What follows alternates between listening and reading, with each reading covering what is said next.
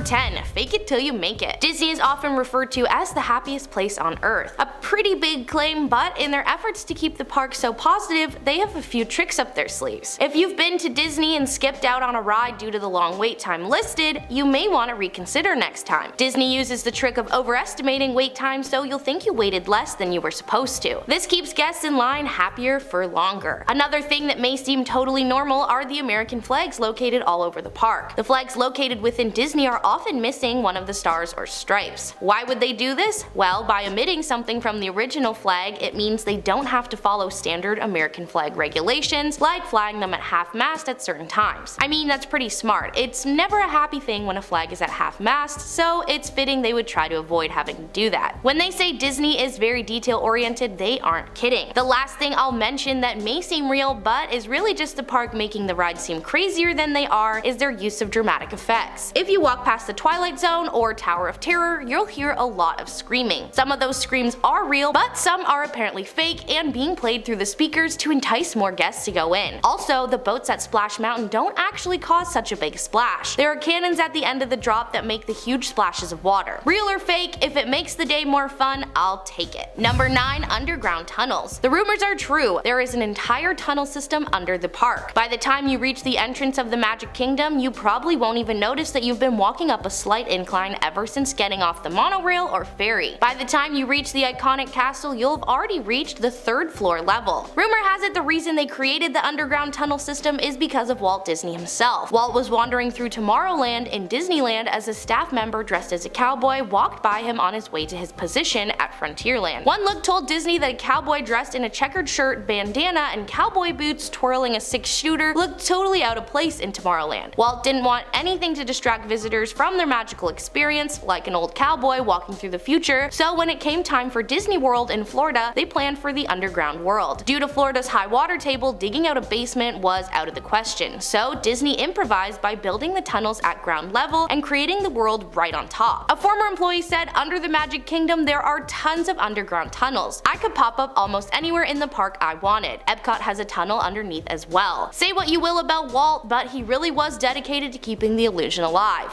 Number 8. No breaking character. I think we all know by now that Disney really wants to keep the illusion alive at all times. Having said that, have you ever thought about how the characters who have to wear suits all day don't get super hot? Well, the short answer is they do, but it doesn't matter. Staff members who have to wear large costumes, which I would imagine get pretty stuffy, have to simply ignore the heat and get on with it no matter what. One Reddit user shared a story and said, "A scuba instructor I had once told me that he applied for the job as Water Goofy on a Disney cruise. Water Goofy is simply Goofy who hangs out by the pool. But before he could accept the job, the scuba instructor had to agree that in the event he started drowning, he had to be carried away before lifeguards remove his costume. You know, so they don't upset the children. CPR would not be performed on scene." I mean, I understand no breaking character, but come on. I really think that in this situation, a few upset children would be worth saving the person's life. But hey, Disney doesn't mess around. The rule goes for employees at parks as well. If you're too hot or dying, do it somewhere else. Luckily, each character is always accompanied by a supervisor that helps them know where they need to go and when. So if things were really getting serious, the supervisor is there to help out. At number 7. Too many gators. Walt Disney World is located in Orlando, Florida. One thing Florida is known for is their alligators.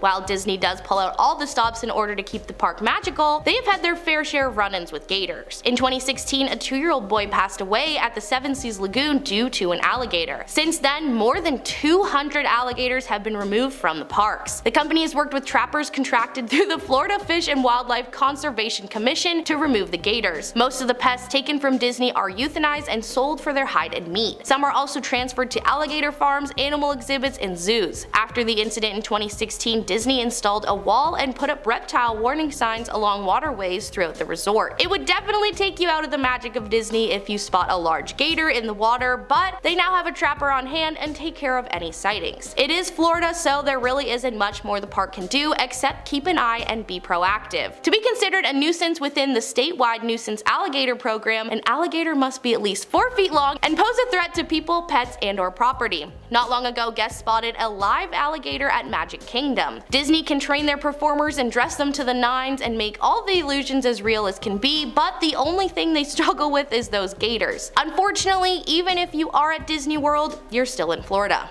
Number 6. Strict appearance rules. Dressing as a Disney princess sounds like a pretty good gig, and I think many who have had the job would say that it is. But they may also tell you it's a job that comes with a whole lot of pressure. Working as a Disney princess takes a whole lot more than just throwing on the dress and waving to the guests. All of the performers have to undergo several rounds of auditions, with staff usually having to play multiple characters in the park depending on the staffing. When auditioning, everything is being considered: your height, weight, voice, etc. In order for the character to get their voices just right, the performers will watch Disney movies of their characters and repeat the lines back. For most girls, the character's voice is higher than their real voice, so high that some women will go on vocal rest due to strained vocal cords. One former employee shared that despite participating in Disney's college program, she was never able to play a face character because she was too ethnic looking, despite being Italian. Disney favors light hair and skin people so they can play multiple characters. Another employee shares that many of her colleagues have been disapproved of working as face characters because they've either aged or gained weight. It's not a good job for your self-esteem, it sounds like. Apparently, they bring you in once a month, put you in the costume, and reevaluate you. If you're disapproved due to weight gain, you wouldn't be fired, simply switch to a more covered up character. This has led to employees feeling body shamed or that they need to take unhealthy measures to stay thin. Basically, Disney doesn't play around with continuity. The Cinderella you see in the morning will be the same you see in the afternoon, regardless if it's the same actor or not. At number 5. Painful costumes. Becoming a character from such loved Disney movies and meeting kids that think you're the real deal would definitely be fun. But I think the amount of fun you have as a staff member really depends on which character you are. Former character employees told Mental Floss that they've been basically beaten up by visitors and little kids, but the real wear and tear comes from the fur costumes. Apparently every character employee starts out as a fur character, and these costumes can weigh as much as 47 pounds. In 2005, the last year this data was available, the heavy suits were blamed for 282 injuries. One former fur character shared that while in costume she was punched, put in a chokehold, and had her shoulder partly dislocated and bruised 3 fingers. This performer eventually went to physical therapy for her shoulder and needed knee surgery thanks to the weight of the costume. That year, character performers across the 4 parks that made up Disney World reported 773 injuries total. 49 of those cited the heavy costume heads as the case of injury. Another performer once had to go on temporary disability leave after a guest picked her up and shook her while she was playing Minnie Mouse, resulting in whiplash from the weight of the mouse head. Of the 773 injuries, 107 were the result of some sort of aggressive behavior, whether intentional or not, from guests. I guess some Disney visitors get a little too into the fantasy and forget there are people inside working those suits. Luckily, they have rules in place of how long a performer can be in costume at a time before needing a break, which is usually no longer than 45 minutes. At number 4. Poorly treated princesses. The princesses in the park are one of the most magical parts of visiting Disney. Decked out with the dress, hair, and accessories, tons of kids and adults are able to make their dreams of meeting their favorite Disney princesses in real life come true. Unfortunately, like with most nice things, there's always someone right there ready to ruin it. Many employees, usually the women characters, say they've experienced inappropriate sexual behavior from park visitors. I know there are unfortunately few jobs that women don't experience this behavior, but the difference with Disney is they can't break character. Reddit user Little Bones wrote, "I was a Tinkerbell performer for Walt Disney World about 3 years ago, and I can't count how many times people would ask me what's under my dress or tried to touch me. I would always shame them to my PhotoPass attendant, their families, and the people in line by loudly exclaiming, 'You want to know what's under my dress? Well, there's pixie dust, of course,' or 'This man's a pirate, he's trying to reach the pixie dust that I keep under my dress,' and they'd walk away in shame like the creepy a-holes they are. It's pretty scary that they can't do much about the harassment, but it's even more scary that there are people at a place full of children sexualizing and literally touching a fictional character made for kids. It may be where dreams come true, but even Disney can't weed out all the creeps at the door." Number 3. Shared undies. Alright, this one is seriously my least favorite thing I learned about Disney when making this video. Aside from the fabulous park, action-packed rides, and all the snacks your Disney heart could want, one of the best part about the park is the opportunity to meet your favorite characters in person. Disney cast members go above and beyond to ensure guests visiting the park are experiencing the magic. Well, back in the day, according to reports, Disneyland used to force cast members to share underwear as a part of the costume for work. Ew. The report stated that cast members inside the costumes had to wear regulation company-issued underwear. If you were to wear your own, you would create a visible line that the guests could see. So instead of just giving the cast members their own pack of the proper undies to take home at the end of each shift, employees had to hand in their underwear for washing. This was the way for a while, but the washing of the underwear was so bad they had to stop using the system in 2001. The report said when they started receiving dirty and smelly underwear at the start of their shifts and contracting nasty conditions like pubic lice and scabies, people started to suspect that the underwear garments weren't actually being washed very well.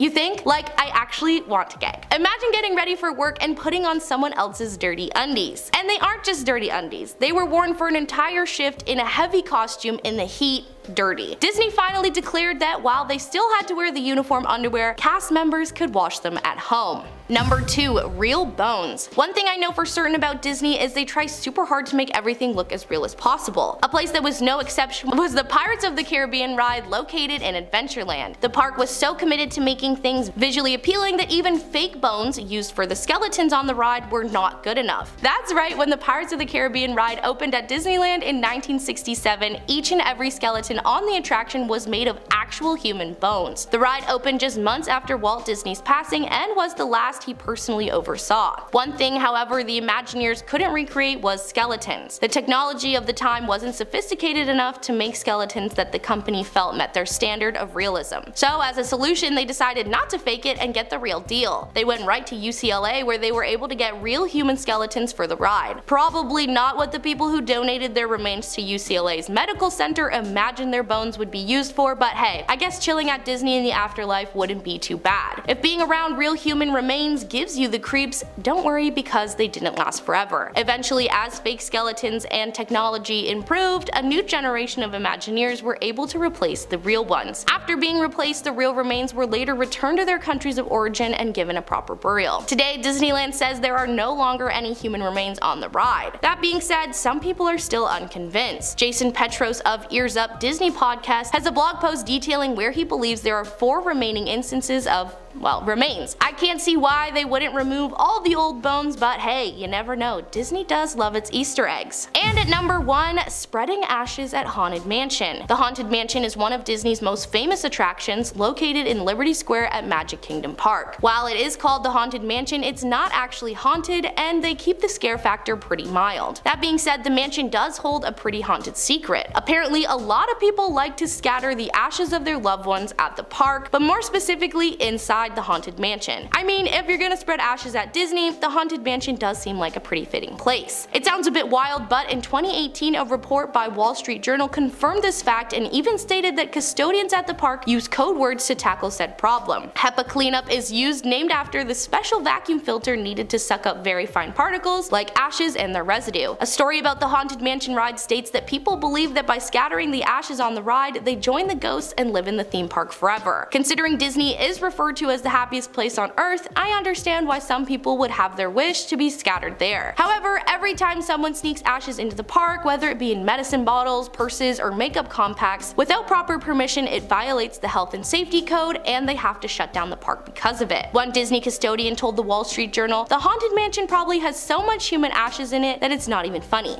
Yikes. The Haunted Mansion may not have been haunted when it first opened, but at this point, it just might be. Starting us off here at number 10 is The Jungle Book. Based on Rudyard Kipling's novel of the same title, the story was taken on by Disney and adapted into several beloved films about self-discovery and the harmony of man and nature. But few people, including myself until today, knew the true story of the wolf boy Mowgli. In 1867, a young boy was discovered by a group of hunters hiding out in a cave. The boy spoke no human language, nor did he understand human behavior, and they quickly figured out he'd lived in the jungle for his whole life up until then, being raised by wolves and believing that he too was one. They brought the boy back to a nearby orphanage where missionaries named him Dina Sanchar, meaning Saturday, which was the day he was brought to them. The boy, having never interacted with humans before, mimicked the behavior of an animal, walking on all fours, only eating raw meat, gnawing on bones to sharpen his teeth, and in an attempt to communicate with the missionaries, he would growl or howl like a wolf. They began trying to train the boy into a human lifestyle, trying to teach him how to walk on 2 feet and speak, but he never truly acclimated. Later in life, he eventually wore clothes, walked as a human, smoked cigarettes, and came to understand language in his own way, but he never learned to speak it himself.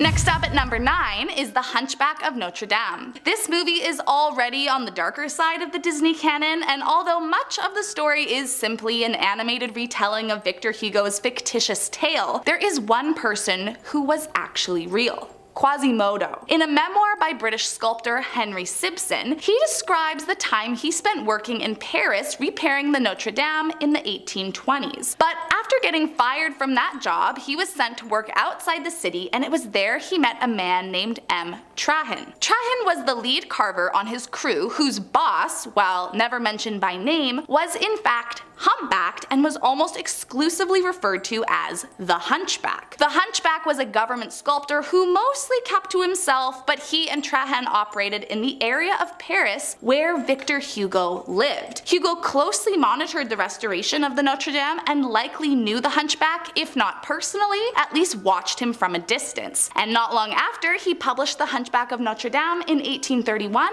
and well, the rest is history. Coming in at number 8 is Newsies. Before the turn of the 20th century, a huge strike nearly took down the newspaper conglomerate of New York City. At the time, the newspapers were handed out by young men called newsies. These boys were head to head with the rich moguls William Hearst and Joseph Pulitzer, who owned the 2 largest newspapers in the city. Now, to be clear, when I say boys, I mean some as young as 7. The big problem was that at the time, the system required the newsies to pre-purchase their newspapers for the day. A stack of 100 papers cost 50 cents, and then they would sell them for a penny each. But if they didn't sell them all, well, too bad. The company wouldn't buy them back. Things only got worse once the Spanish-American War broke out in 1898, and publishers began charging 60 cents a stack for the same 100 papers. Once the war ended, most other publishers lowered their prices back down, but not Hearst and Pulitzer. The newsies were struggling to compete with the other companies' lower prices, and then it all came to a head when they found out their high-priced bundles weren't even 100.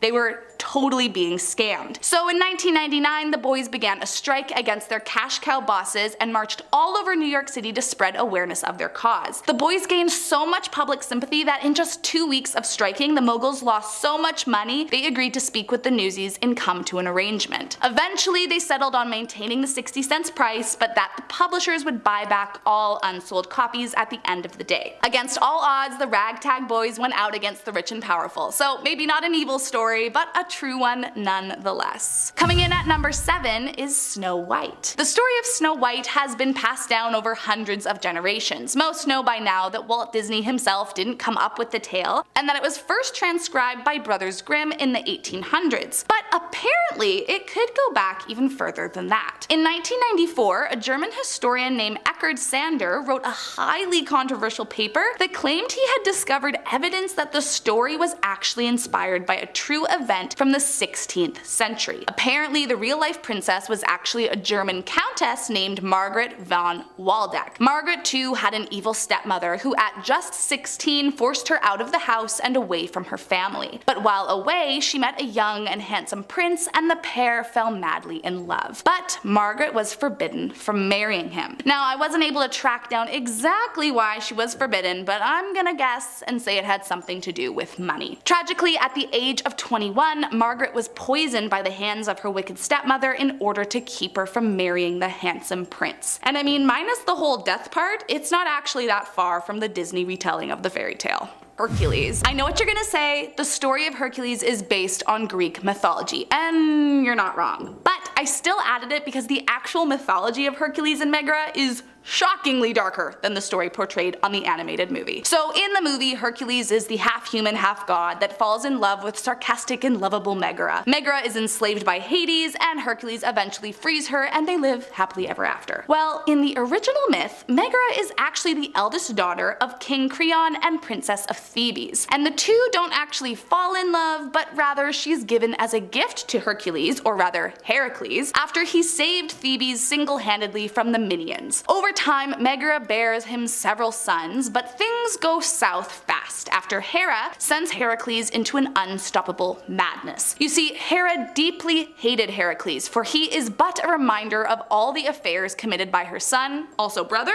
Zeus, and Heracles has some pretty bad mommy issues about this, even though she was not in fact his mother. In his fit of madness, he kills his entire family, and riddled with guilt, he enslaves himself to his cousin Eurystheus and performs the 12 labors in an attempt to atone for his sins. So, I mean, just a few changes from the Disney movie, right? Tarzan. As it turns out, Mowgli was not the only Disney character based on a real-life jungle man. The story of Tarzan actually comes from an English nobleman. His name was Lord William Charles Midland, and he was the 14th Earl of Streatham. But one day he thought his life was over after being stranded and shipwrecked on the jungle coast of Africa in 1868. On his very first venture into the jungle, William stumbled upon a colony of apes. Of course, they had never seen a white human before, but shockingly, instead of running from him, they seemed curious and chattered excitedly amongst themselves. He says after their initial surprise of their new company subsided, they began to accept him as one of their own, offering nuts and roots for him to eat. The young boy, starved, accepted their offerings with a smile, but as his body wasn't built to eat such things, it didn't sit well with him. Quote, "I was terribly ill afterwards, and the apes appeared to understand this. One ancient female hunched her way over to me and cradled me in her arms." He spent the next 15 years living amongst the apes as one of them, and while he never communicated with them in their own language, he did learn how to sort of sign in a way to relay information back and forth. Eventually, after 15 years, he managed to make his way back to London and wrote about his time with the apes, inspiring the story of Tarzan. Coming in at number 4 is Rapunzel. Back in the year 1275 CE, a man named Jacobus de Voragine recorded a story of a young woman named Barbara from Italy. Barbara was a very beautiful girl with a rebellious spirit, and she lived with her powerful and rich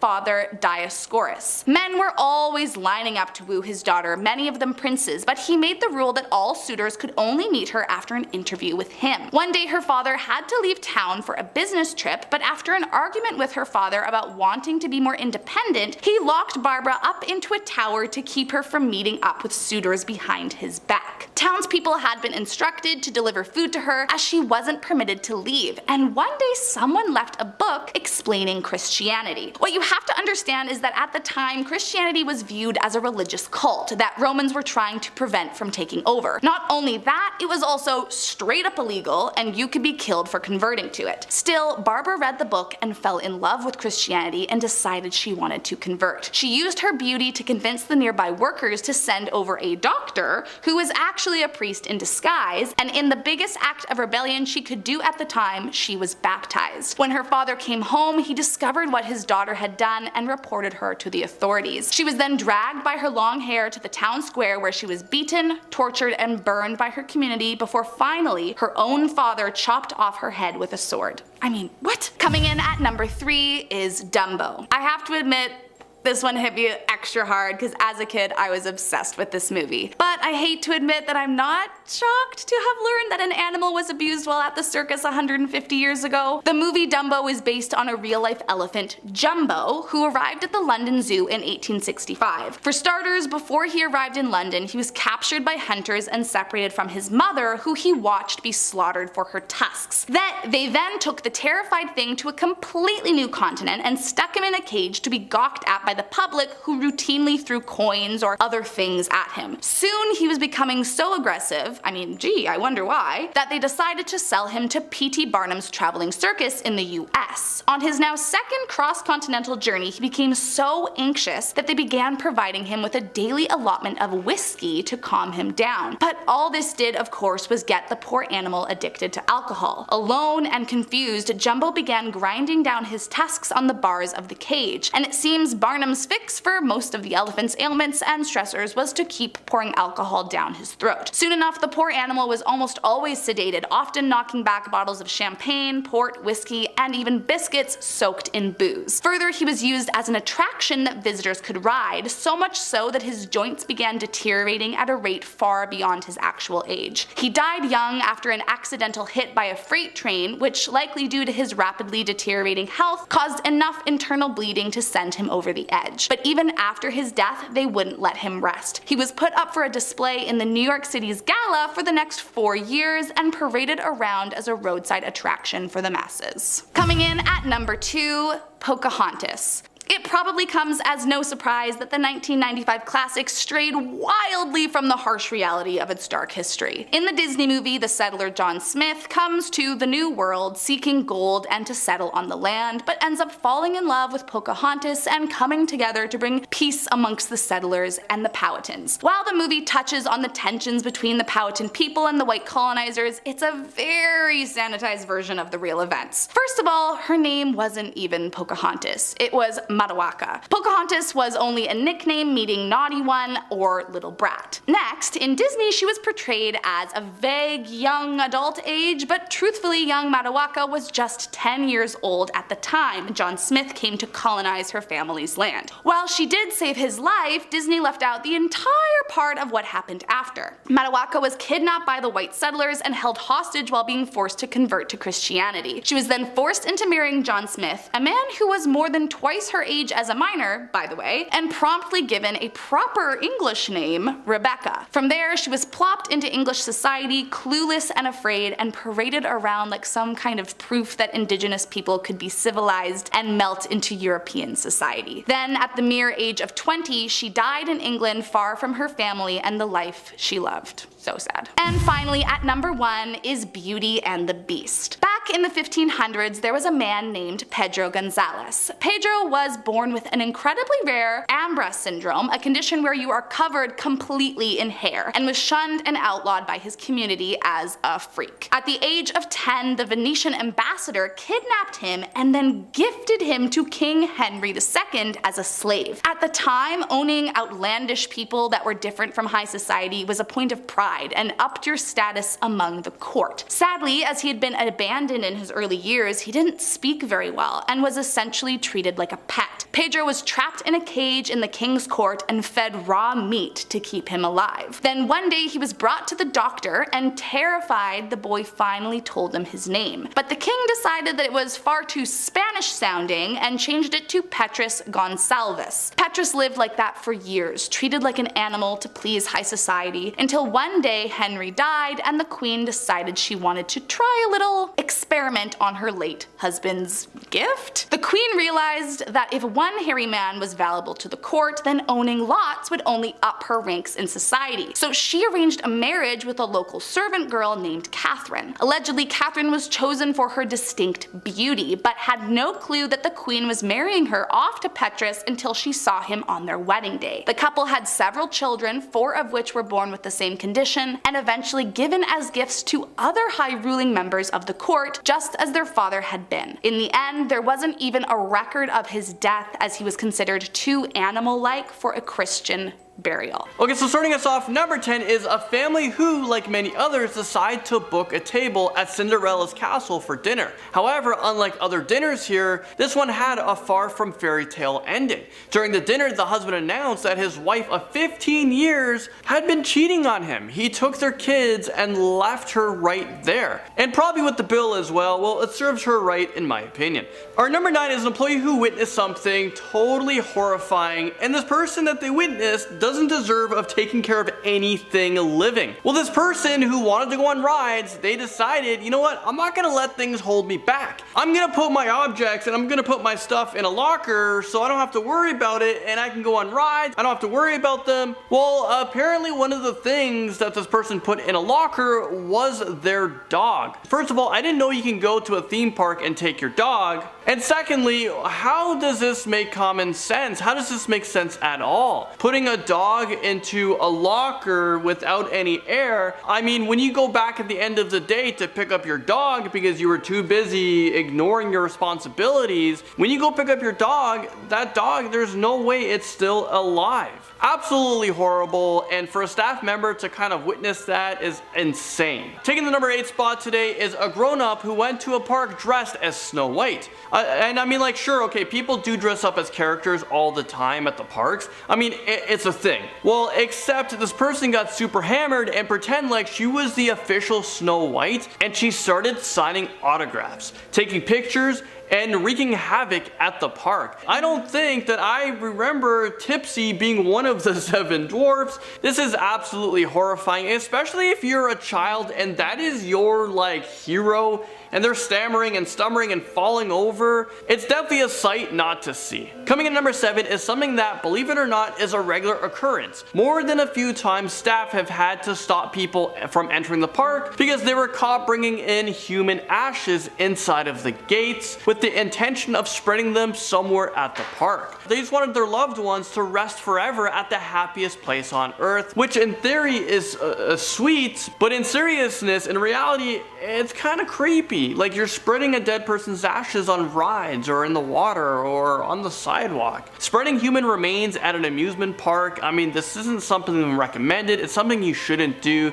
Besides, apparently, they just end up getting vacuumed up by staff, so what's the point of sprinkling them on a ride that just gets cleaned up anyways, or sprinkle it on a sidewalk that just gets swept up at the end of the day. Alright, moving right along, number 6. This guest had a super creative, illegal, and dangerous way of expressing their anger to an employee.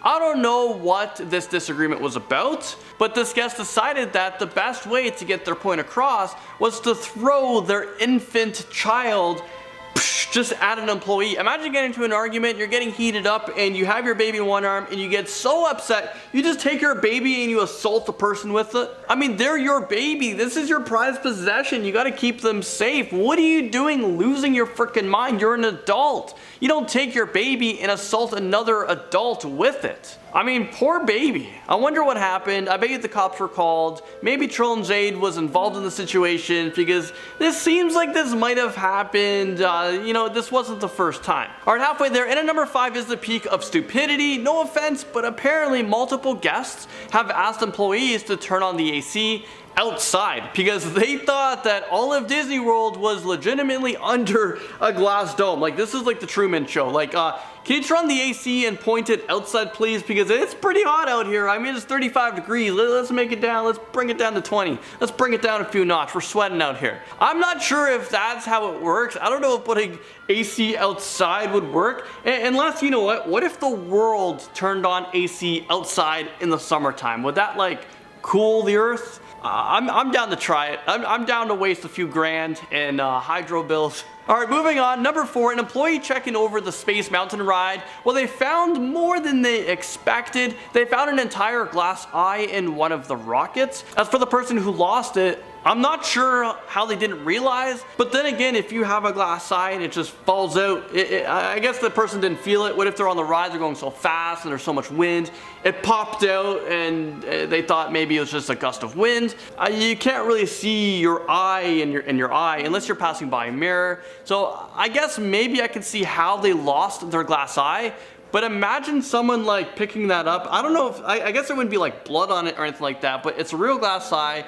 It would for sure freak me out, and at least it wasn't a real eye. Coming in number 3 is someone else who lost an assistive device. During a ride at the Animal Kingdom, an object was seen flying past customers. Nobody had any idea what it was until after the ride, one of the customers approached an employee and explained that somehow, okay, get this, their prosthetic leg had fallen off during a ride. I mean, okay, maybe an eye can come out. It's just maybe an arm can fall off, but your leg is in the ride, in the seat, like it's on the floor. How does that come out? Unless it's one of those rides where you're sitting and your legs are dangling and it just pops out. It kind of sucks for the person that lost their prosthetic leg because now they are having an even more tougher time getting around. I hope they found it and I hope it's okay because those things sound like it can be very expensive. Nearing the end on this list, number 2 is actually a pretty sad story. One day back in 1973, 2 brothers snuck out and hid on Tom Sawyer's Island after the park had closed. I don't know if people are doing this as like challenges, but you hear about these stories about people staying in theme parks after they close.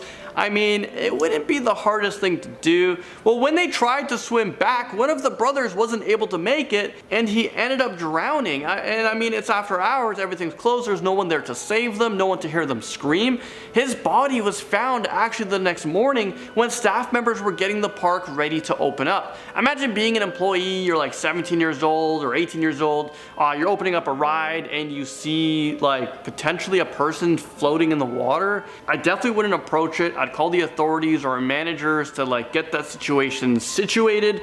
Absolutely terrifying, and it would leave me with so many questions. And finishing off today's list, and at number 1, we have, well, if you've ever noticed that the characters always have an escort to walk with them, you know, throughout the park, well, this story is why. Like, you know how you see like Snow White going by and you see like 4 security guards, or you see like 4 people around him just to make sure this person's safe? Well, one guest got into a fight with his buddy because he didn't believe that there were people inside of the suits. Like, you must have been so drunk or so drugged up that you thought, like, oh wait, is there someone inside of that suit, or is that a real character? Well, he thought Goofy was actually a giant dog in a hat, and to prove his point, he stabbed Goofy. Goofy was stabbed. I have no defense for this guy. It's complete and utter stupidity at its pinnacle point. Either he knew he was stabbing a person, or he thought he was stabbing a dog. So either way, both situations, not favorable for yourself in society. I'm pretty sure you deserve to be locked up in 4 confined walls at that point,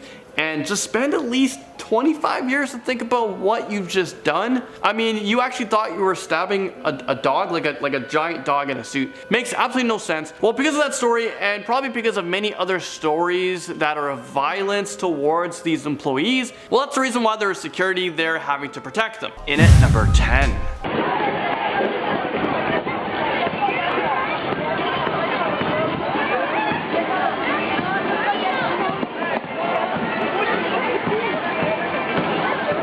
So back at it with Pluto in 1997, a whole family attacked a Pluto, pushed her into the fountain. Okay, hold on a second. I want to pause this story for a second because reading it, it said pushed her into the fountain. And I'm a 30-year-old man, and you know what? I just found out that Pluto is a female. For some reason, I thought Pluto was a male. Bad assumption, I guess. Or maybe this employee is referring to whoever was inside the Pluto. So maybe Pluto is a male like I suspected, and it was just played by a female. But either way, my mind is kind of blown right now. Well, the employee goes on to say that they didn't actually see the attack, but they just got to deal with the aftermath backstage. Later, Pluto told this employee that the family was mad that she had to take her break after they had waited to get a picture. I think Pluto either broke her arm or her leg, and the people responsible for this, well, they ended up getting arrested. Number 9 on our list. Okay, this one's pretty funny, but also equally as gross. An employee recalls that they used to use a Disney code words for things they needed to tell other employees, you know, over the radio. Baloo, well, that was a code for blood that needed to be cleaned up. Well, one day this employee sees a 2-year-old boy half naked taking a poop in the playground, in the children's playground. He sees the employee and starts to cry and just runs away. Well, the employee didn't have a code word for a human taking a poop. They only have a code word for like blood. Blood cleanup in aisle 2, please. So he made one up on the spot and he said, code poo, situation in the kids' play area, and Piglet is on the loose. Can you imagine seeing that? I don't know what I would do if I heard Piglet is on the loose. What does that mean? Alright, so if you guys are liking this video, make sure you guys hit the like button. It really helps us out in the algorithms. It makes us featured on YouTube, and it gets more exposure for you guys. Next up on this list at number 8. This story made the news in 2013. A drunk 23-year-old had been drinking at Epcot's World Showcase, so this is where you can enjoy a drink from different places in the world. Well, it sounds like a good time, but obviously easy to get a little bit too tipsy, which seems to be what happened to this guy. He had the bright idea to run into a backstage area and steal a cargo cart. In the process, Disney employees tried to stop him, but he was on a tear. He ended up punching not 1, but 2 employees before hitting a third with a 3-foot long PVC pipe in the head. I mean, ouch. We don't know what happened to the guy, but I imagine something along the lines of being banned for the rest of his life and a and battery charges, and yeah, that might be the way that that story ended. Moving right along on this list to number 7, we have this. The Disney employee had publicly stated that the bad days that the employees endure at the happiest place on earth will kind of haunt you. After he shared a story that a 57-year-old Miami Beach tourist headbutted him. Okay, so the backstory of this? Well, apparently the employee wouldn't let this dude's wife, who wasn't disabled in any way, use the wheelchair line at the monorail station. So instead of asking her, hey ma'am, can you get out of this wheelchair line? He just decided to go with the headbutts. Number 6.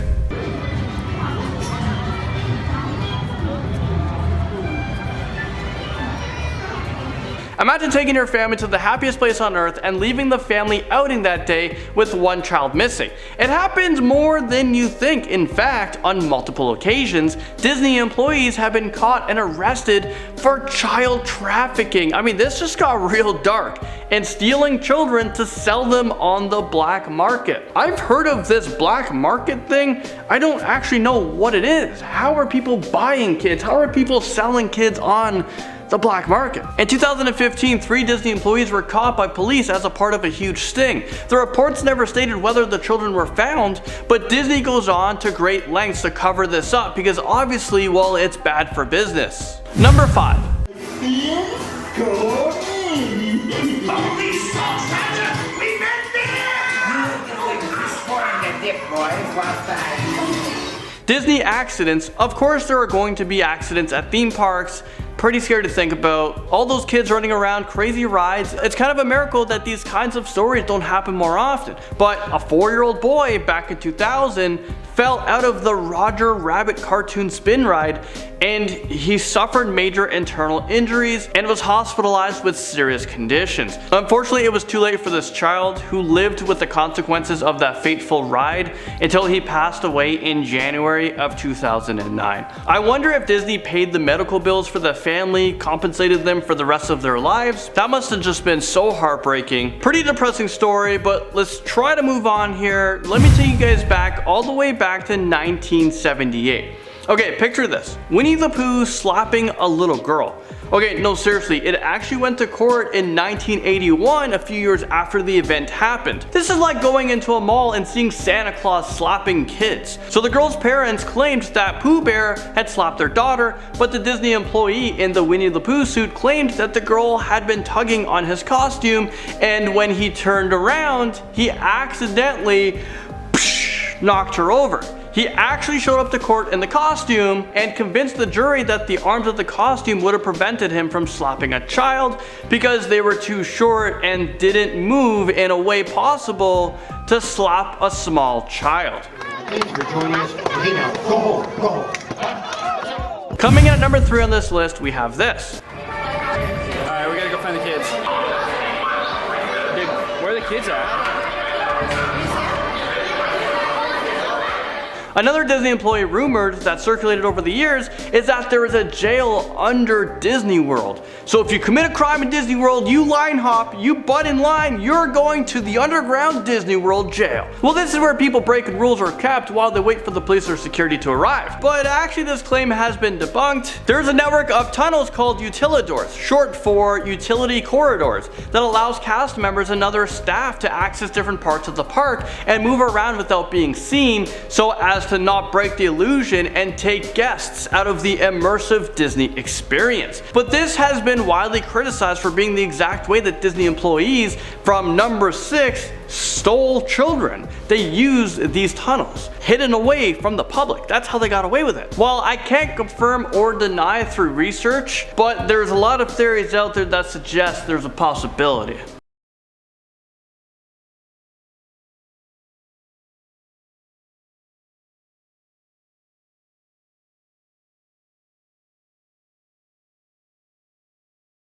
In at number 2,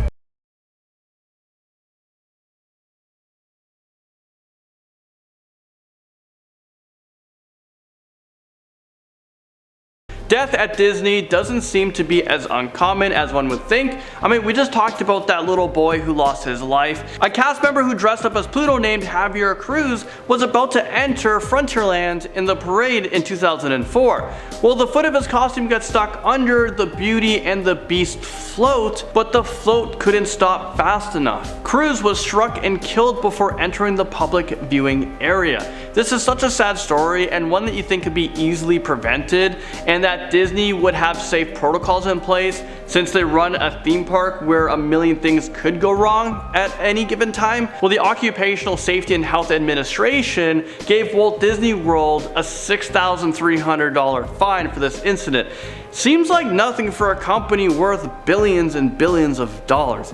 A $6,000 fine because they caused death upon somebody? Something just doesn't seem right now. And number 1 on this list, thank you guys for making it to number 1 on this list, we have See You Later Alligator. We recovered the remains of the 2-year-old from the water.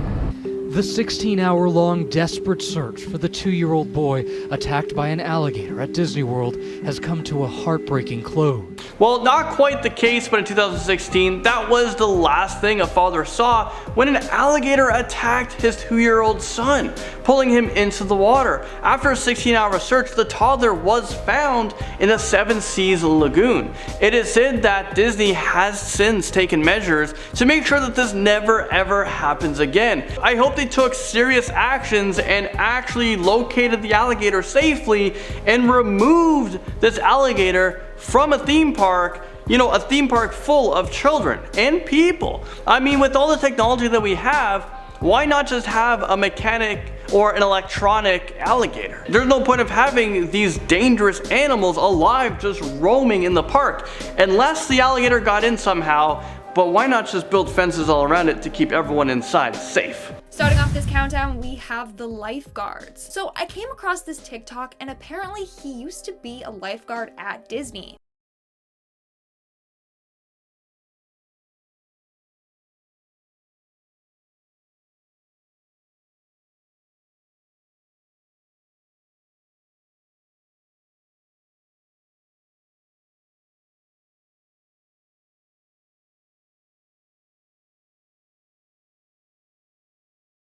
That is absolutely horrifying if he's telling the truth. It must be super stressful being a lifeguard at Disney. Like, their water parks and wave pools are always packed. It's so sad if that has actually happened. In our 9th spot, we have the deaths. And if you guys are liking this video so far, then make sure to give it a big thumbs up. You know the drill, because it really helps us out. Also, if you haven't already, go check out the other parts of the series. So Disney is very, very protective of its image.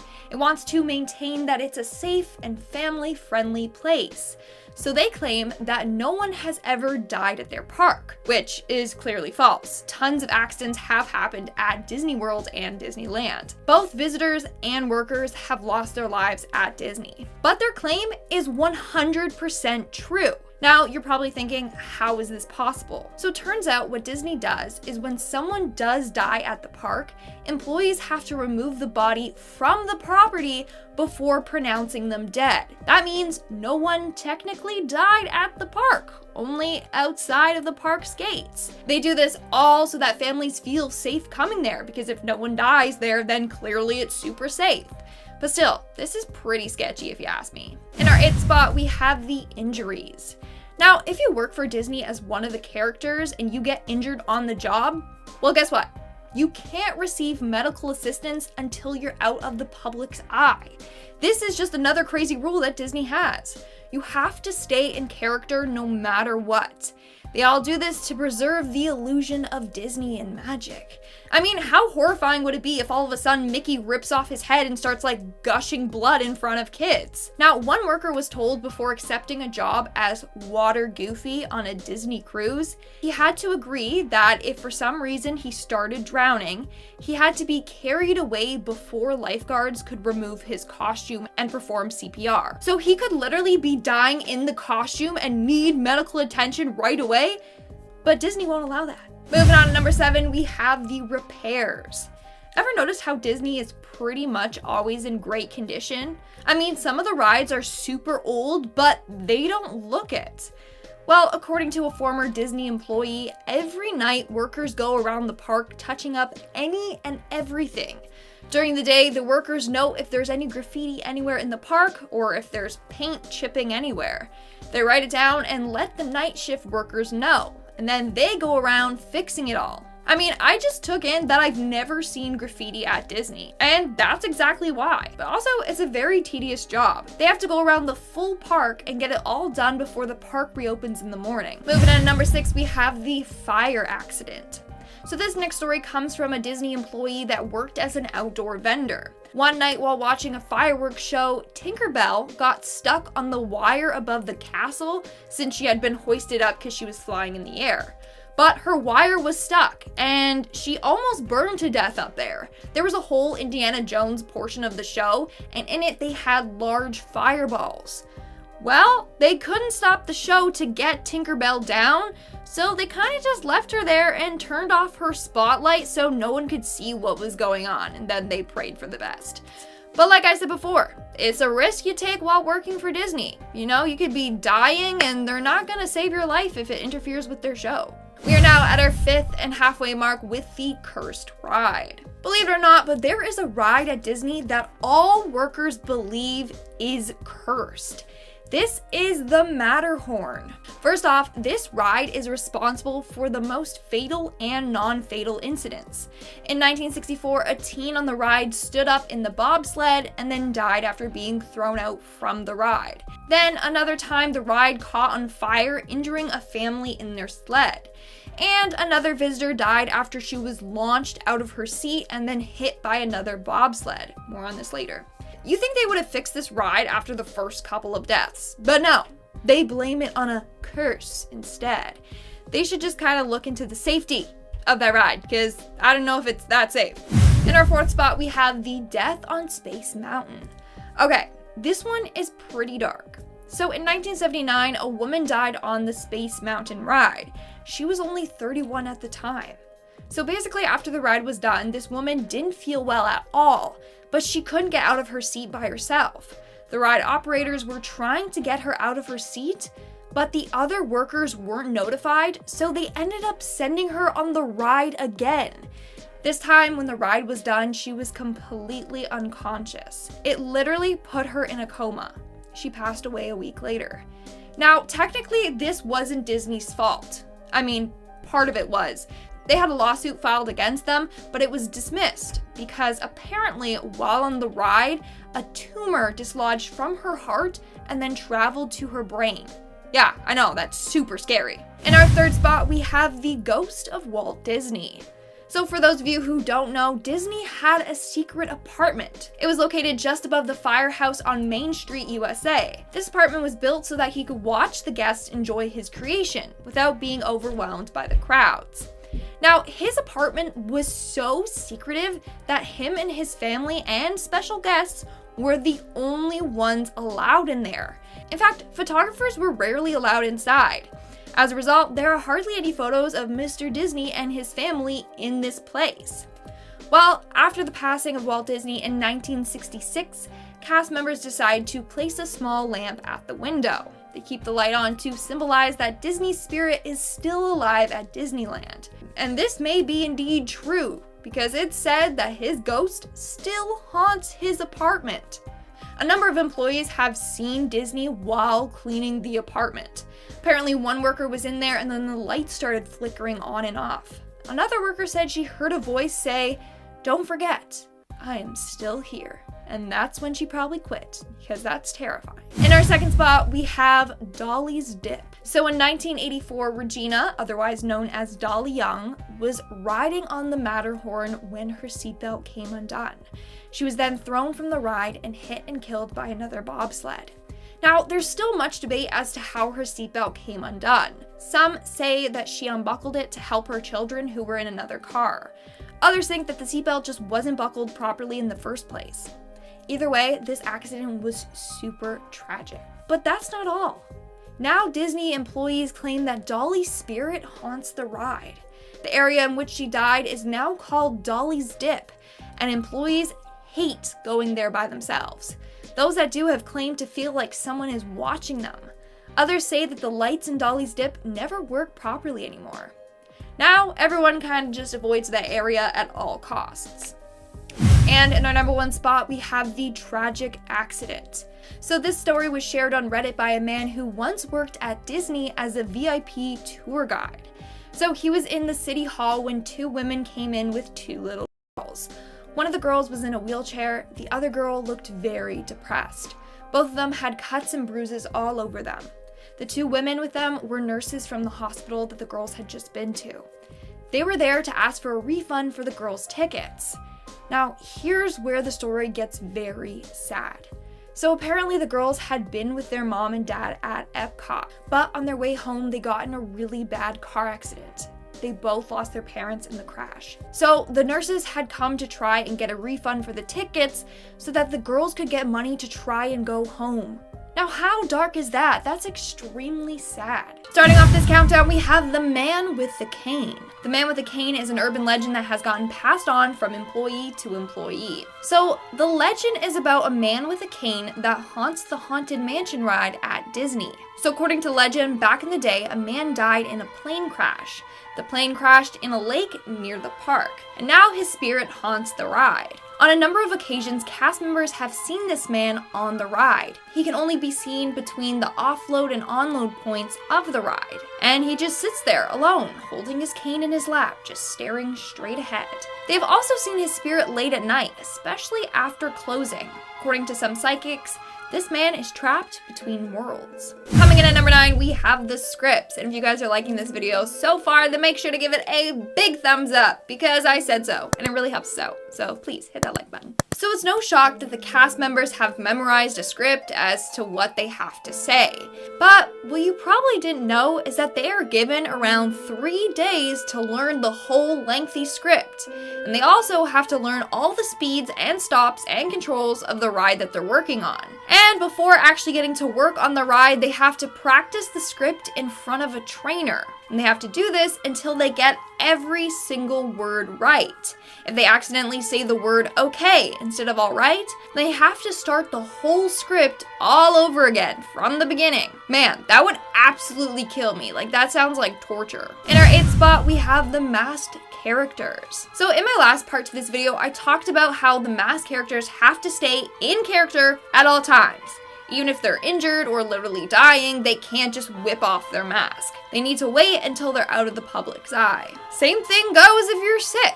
Literally, workers are told to throw up in their mask if they're sick. Taking the head off is just not an option. Now, they do have a signal that they can do if they don't feel well or if they need assistance, and that's covering one eye with one hand and then raising the other arm in the air. Someone will see this and then come get them. Still, that does not sound pleasant at all. Moving on to number 7, we have the water cooler. Okay, this one grossed me out, not gonna lie. So this next Disney employee used to work at an office for Disney, and in the office there was a water cooler that you could use to fill up your bottles before going on stage. Well, one day their manager was drinking the water when he said that it tasted a little stale, but he continued to drink the water anyways. About 2 hours later, another worker fills up their bottle, takes a sip, and spits out the water. Turns out that a frickin' giant bullfrog had gotten into the water cooler tank and died in there.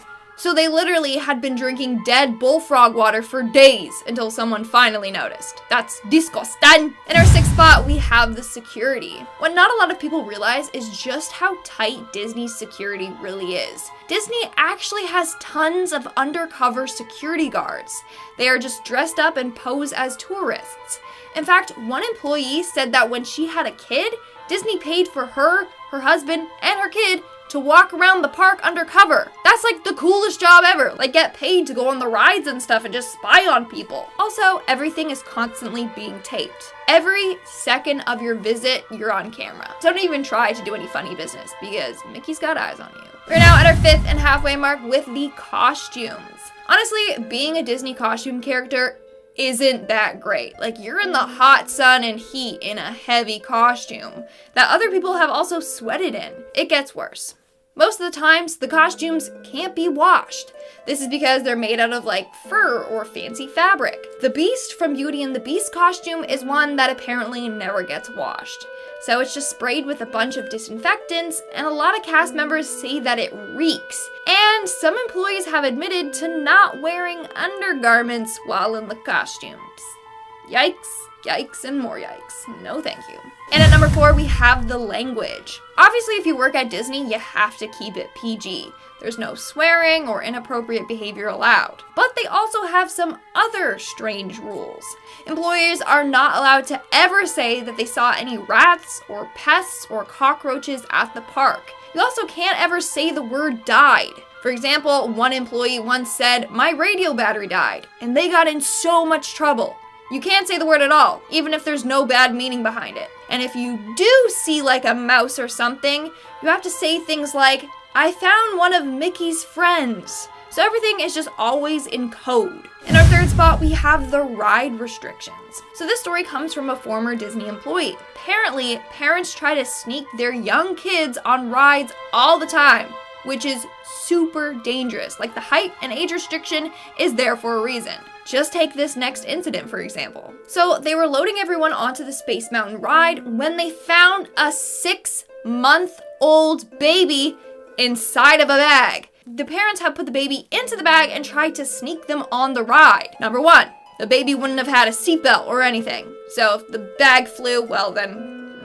Number 2, babies or young kids can't go on certain rides because of shaken baby syndrome. Seriously, that could have resulted in serious brain damage. In our 2nd spot, we have the ghost named George. Apparently, the Pirates of the Caribbean ride at Walt Disney World is haunted by a former worker who died there. Legend goes that George was a construction worker hired to help build the Pirates of the Caribbean ride. But during construction, he either fell off the set or was crushed by a piece of the set.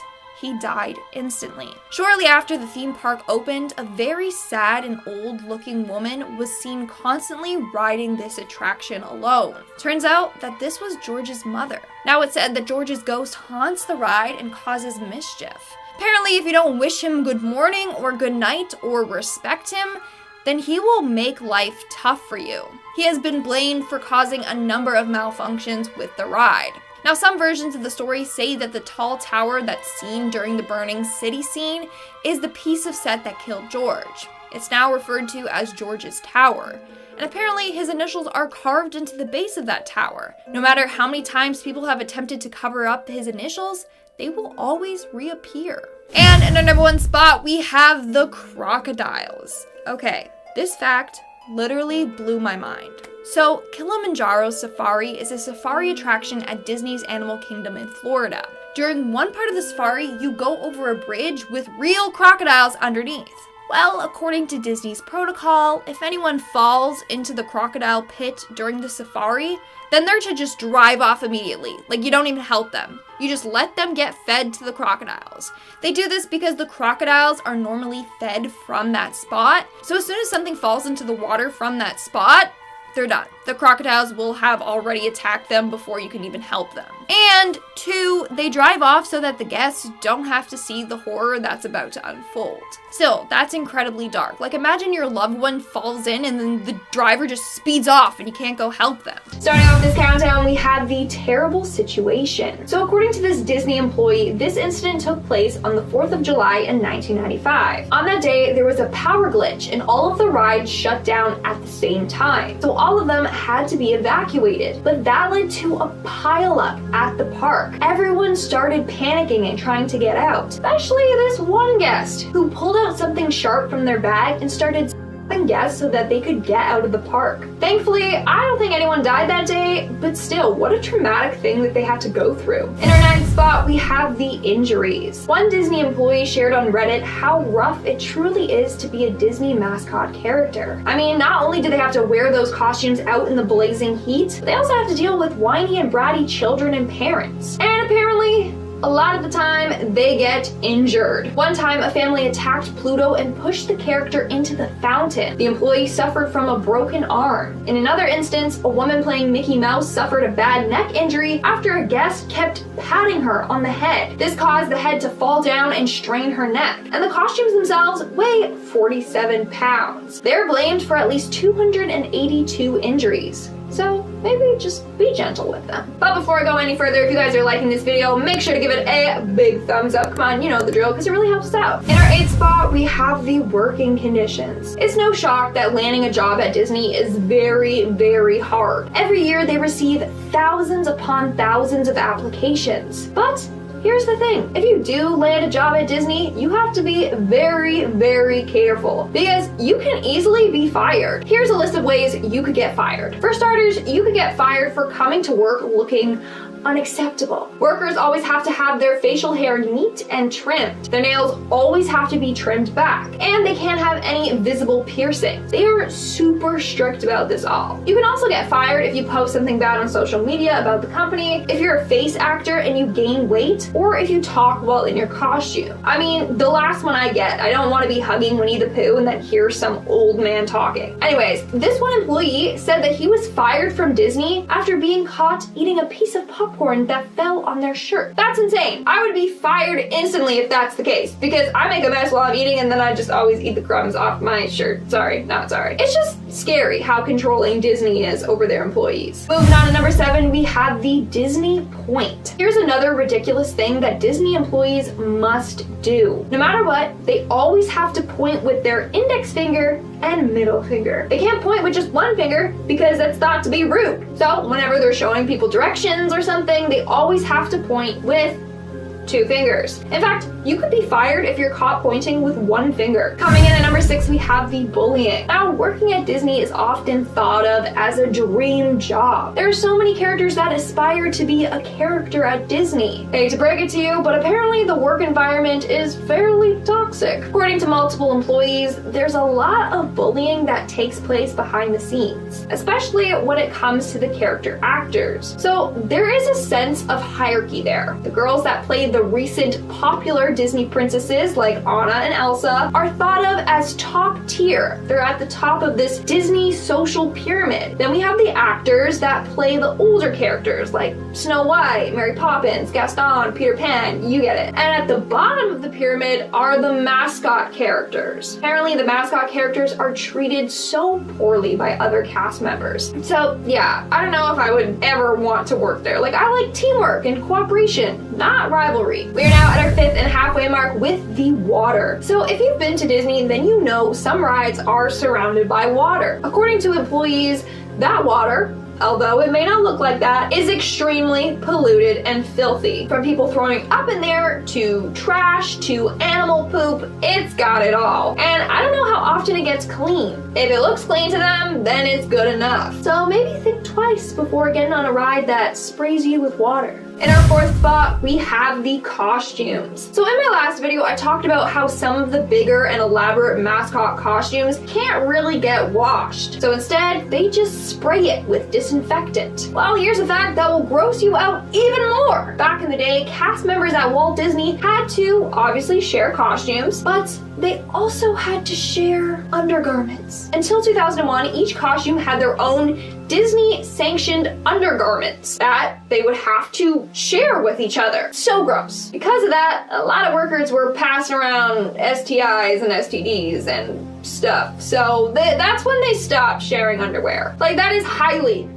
unsanitary, and I'm glad that's not a thing anymore. Moving on at number 3, we have the alligator problem. So once upon a time, Disney had a really bad alligator problem. They still kind of do. But obviously, they didn't want park guests to worry about this, so they kept downplaying this problem. From 2006 to 2015, 220 alligators had to be removed from Disney World. Then from 2015-2016, there was a massive increase of gators at the park. Since Disney is connected to waterways that intersect with lakes and rivers, alligators have an easier access to Disney than they admitted. That's when Disney was exposed for downplaying the seriousness of their alligator problem. Now, they are taking it seriously and have increased their safety measures. Coming in at number 2, we have the dead body. So here's a fun fact. There is a dead body at Disneyland. Well, kind of. Let me explain. So according to employees, back in the day when the Pirates of the Caribbean ride was being built, they decided to use real human bones. Why?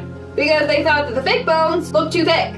Didn't look real enough, so they brought in real ones. Apparently, they got these bones from UCLA Medical School. The real bones were used for a while, then eventually they were swapped out for fake ones. But the skull and crossbones featured in the ride behind a skeleton lounging in bed are still real. And in our number 1 spot, we have the Cursed Ride. Now, according to multiple different employees, the Haunted Mansion ride is actually cursed. So it all started back in the day when a visitor died on the ride. At one point, he stood up to try and reach a part of the attraction, but ended up falling off the ride and plummeted to his death. Other eerie things have happened there that have led them to believe the ride is cursed. Like how in Disneyland Paris, a worker was found dead at their Phantom Manor ride, which is basically like the Haunted Mansion ride at Disney World. His body was found 2 days later after his death. His cause of death was apparently electrocution. Still, they think this is all because of the Haunted Mansion ride curse. To make matters worse, the ride uses an authentic 14th century spell book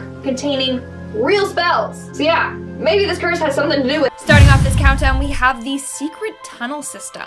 I know I've talked about this before, but Walt Disney created a whole underground tunnel system for the characters to have a break. And it's for them to secretly get around the park without walking everywhere in costume. This way, this all preserves the magical feel of Disney. But some employees shared what really goes on down there. First off, they said that the tunnel system is fairly confusing, and on a number of occasions, people have gotten lost down there. One employee said that they had just got a job playing a Disney mascot character and went down into the tunnels and had no clue where to go. He went to ask other employees for help, but since he was new, they kind of just brushed him off. Another employee revealed that some of the cast members like to get it on during their breaks down in the tunnel system. So while you're up above having fun, they're down below having fun. Just in a different way, if you understand what I'm getting at. Coming in at number 9, we have the waiting lines. But before I go any further, if you guys are liking this video so far, make sure to give it a big thumbs up because it really helps us out. I think the one flaw about Disney are its lines. Seriously, nobody's got time for that. But a couple of years ago, a huge scandal broke out involving Disney and their waiting lines. Basically, rich families were paying tour guides that have access to these special passes for the disabled. Basically, with this pass, you get brought right to the top of the line because Disney wants guests with disabilities to have a great time. But wealthy, able people were abusing this, which is absolutely sickening. Can't believe people were actually doing this just to scam the system. Moving on at number 8, we have the overnighter. For this next point, let's move back along to Disney's tunnel system. So remember I talked about how new employees often get lost down in the tunnels? Well, there's this creepy urban legend about this happening to a new employee. So he finished his shift and went down to the tunnels to change. As he was making his way out, the lights in the tunnel shut off, and he was in the complete darkness. Now, he had trouble already finding the exit with the lights on. Now with the lights off, it was even more difficult. He ended up wandering around the tunnel system for hours before collapsing from exhaustion. He ended up staying there overnight. His coworkers found him in the morning. He was freezing cold and super scared. So now the story is kind of used to scare new employees.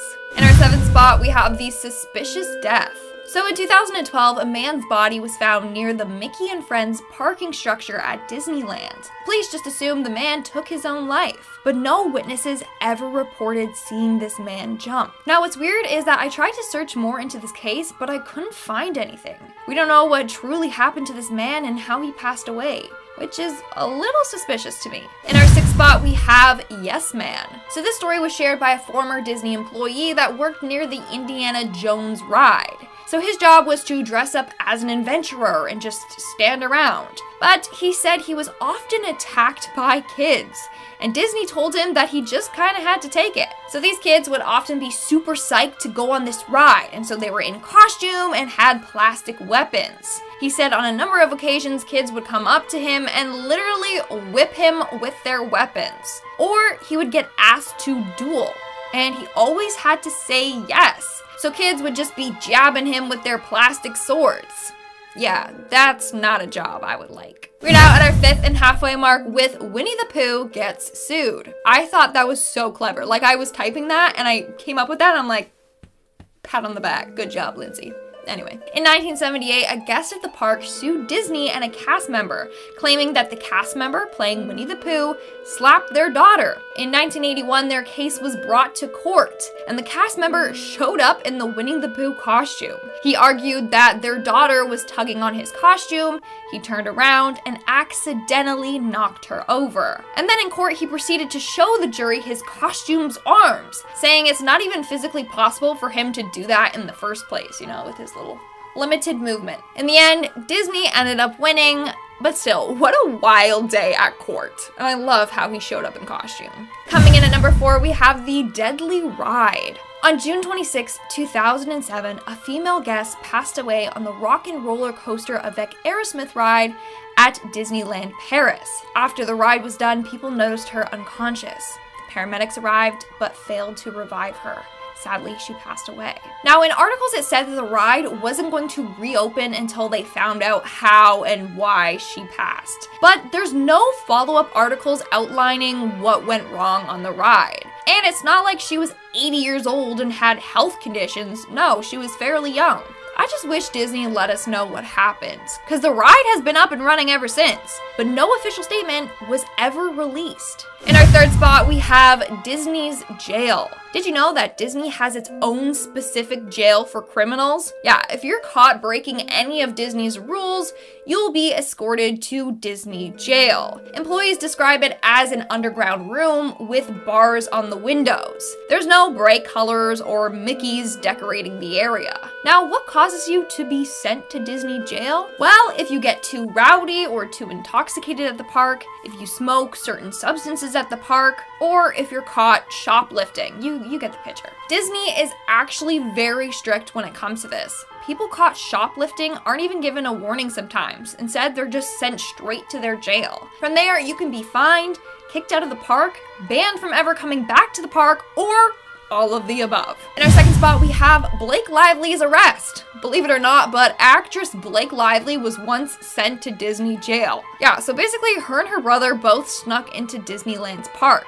What they did is put hairspray on the stamps of somebody that came out of the park and then put their hands together, and that transferred the stamp. Then they got to go in the park for free.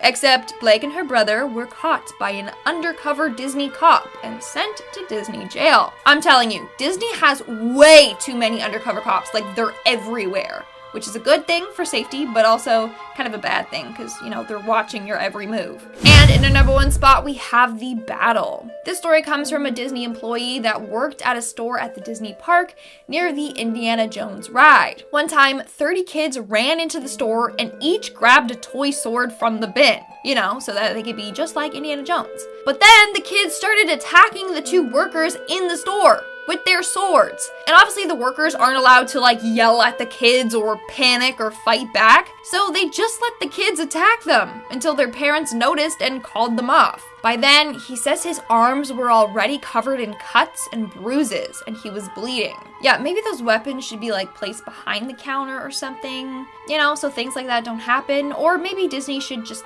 have a better policy, I don't know. Starting off this countdown, we have the snake. You have to be careful when going to Animal Kingdom. Not all the animals are safely behind cages. But before I go any further, what would you do if I told you you had the chance to be a heroic warrior and get to slay dragons, golems, necromancers, and other fearsome beasts? And you get to do this all from the comfort of your own home. With Raid Shadow Legends, you get the chance to go on a number of heart-pounding quests to save your world. Raid is a visually stunning fantasy RPG game where you can battle your way through hundreds of champions from 14 playable factions. While on the way, you can collect epic loot and powerful gear to help you along your journey. What I like about this game is that it's so immersive. You can play it from anywhere. I love to play it on my long commutes to work. It helps me pass the time really fast. And if you like action, adventure, and competition like me, then this is certainly the game for you. I personally love the thrill of going on quests and then getting rewards like XP or silver for doing so. A mini world of action and adventure is literally at your fingertips. And this month, Raid's got an action-packed schedule of summer events and activities, like special fusion events where you get the chance to get a brand new legendary champion, tons of tournaments against other players, and much more. You definitely don't want to miss out. They're also releasing 5 new champions, and I'm excited for that. If you're interested, check the link in our description box and download Raid for your mobile device or PC, or you can even scan the QR code right here. But hey, things keep getting better because new players will get an incredible hero, Chinoru. She is seriously badass. Wish I could be as cool as her. And you'll also get 200k silver, 1 XP boost, 1 energy refill, and 1 ancient shard that you can use to summon a champion as soon as you get into the game. You'll find all these extra rewards here in your inbox for the next 30 days only, so act fast. What's even better is that we can play the game together. Find me in the game under the name Fallen Angel XX. And if you're fast, you can join my clan. So make sure you guys all check out the link in the description, and I'll see you in the game. Happy raiding. In 2016, a grandma and her grandson were at Animal Kingdom when a wild snake fell from a tree and bit the grandson. Now, he was fine, the snake wasn't venomous. But the grandmother went into cardiac arrest after seeing this all happen. And sadly, she passed away. Wouldn't that be a terrifying encounter? Like, you go to Disney with a relative looking for a good time, and then you end up injured and your relative dead. I feel so sorry for that family. The family, of course, sued Disney World because turns out that the snake was a local Florida serpent and somehow made it onto the resort. In our 9th spot today, we have the Big Brawl. And if you guys are liking this video so far, then why don't you smash that like button? Imagine celebrating Christmas at Disney World only to encounter a real-life Scrooge. So back in 2015, an old man was waiting for his food at a cafe in Disney World when he became tired and grumpy. And no, not like one of the 7 dwarves. He was fed up, saying it was taking too long. So, what did he do? He shoved one of the managers and started a huge fight among them all. At one point, he got tackled down. People were so scared that they fled the restaurant without even paying for their meals. So they dined and dashed at Disney. What a little rebel. In the end, the man was arrested and thrown out of Disney. Thankfully, only a few were injured in this fight. But still, imagine witnessing that fight on a time of holiday cheer. I bet he got coal in his stocking. Also, since when is Disney open on Christmas? Is that a thing that I just never knew? Let me know in the comments below. In our 8th spot today, we have the cleanliness. So Disney parks seem very well maintained and clean, right? Like, there's no graffiti, hardly any litter on the grounds, and the rides seem to be well kept. Well, yes and no. According to a cast member, all the locations that a visitor can see are kept super clean, but the areas they don't see are disgusting. For example, apparently the inaccessible parts of the Haunted Mansion ride are gross. Like, they are dusty, filled with cobwebs, and they have a nasty stench. And no, that was not part of the attraction. And they even found asbestos there. But obviously the park guests aren't supposed to know that, so it's okay, right? No, I'm sorry, that's gross. According to the same worker, every time she came home from her shift, she stunk and had to take a shower immediately. Yikes. Coming in our 7th spot, we have Splash Mountain. Disney has strict protocols in place to keep all its guests safe. Most of the injuries that have occurred on rides have been a result of people not listening to the safety protocols, like standing up in a ride or unbuckling themselves during the rides, etc. Sadly, this happened to a man riding the Splash Mountain ride. According to a Disney employee, he tried to get out of the ride and ended up getting struck by the raft behind him. He died from the impact. Police said it was a very strange incident, and as a result, Disney had to put even stricter protocols in place. In our 6th spot today, we have the illegal rider. So Disney has those height and age restrictions on rides for a reason. Please, follow them. It can be dangerous if those protocols aren't followed. Well, according to one Disney employee, they were horrified after encountering someone who was basically trying to cheat the system. So this was on the Space Mountain ride. They were doing their checks to make sure everyone had their little seat belts and I guess harnesses on correctly when they saw a man with a large bag by his feet. The bag then started moving. The employee demanded he open the bag to show what was in there, but he kept refusing. Finally, the crew member got the bag, opened it, and inside found a kid. The parent had tried to hide their kid in a bag so they could still go on the ride. Are you kidding me? Like, that is so dangerous. They were literally going to risk their kid's life to just go on a Disney ride. That is insane. But also, according to employees, this happens more often than you would think. We are now at our 5th and halfway mark with the gun. Don't know how Disney let this pass security, but someone managed to sneak a gun into Disney. So a grandma and her grandson were riding the dinosaur ride from the dinosaur movie. Like, whoa, major throwback. I remember that ride. Anyways, at one point she kicked something on the floor of the ride and she was like, that's suspicious. What is that? She bent down to see what it was, and turns out it was a fully loaded gun. How someone managed to bring that into the park baffles me. Also, why? Anyways, they alerted the ride attendant and the police were called. The police found out that the gun belonged to a man named Angelo Lista. He claimed he didn't know he couldn't bring a fully loaded weapon onto a children's ride. Like, imagine if that thing went off. That would have been bad. Anyways, we still don't know why Angelo decided to bring that with him, but at least no one got injured. I bet that was one unforgettable day. In our fourth spot today, we have the ghost of Walt Disney. According to a number of employees, they believe that the ghost of Walt Disney haunts his park. In fact, a ghost was supposedly caught on security camera footage. You can see this ghostly figure just casually strolling through Disney. Take a look. Security caught this weird ghost on tape and immediately asked others what they thought it could be. There has been some debate on it, like some say it's a glitch or a monitor burn or a reflection, whereas others believe it's the ghost of Walt Disney himself. Or Javier Cruz, a cast member that lost his life in 2004 during a parade float at Disneyland. But what do you guys think of this? Is this real footage of a Disney ghost? Let me know what you think in the comments below. Coming in at number 3, we have the cover-up. According to a former Disney World College Program cast member, there once was a man who took his life in one of the Disney hotel rooms. And Disney used its magic to cover it all up. So basically, the room in which it happened had its door and windows covered with a "Pardon our dust" renovation sign. When police arrived, they had a bunch of costumed characters and cast members go to one section of the hotel for a meet and greet to distract the guests from seeing the police come into the building.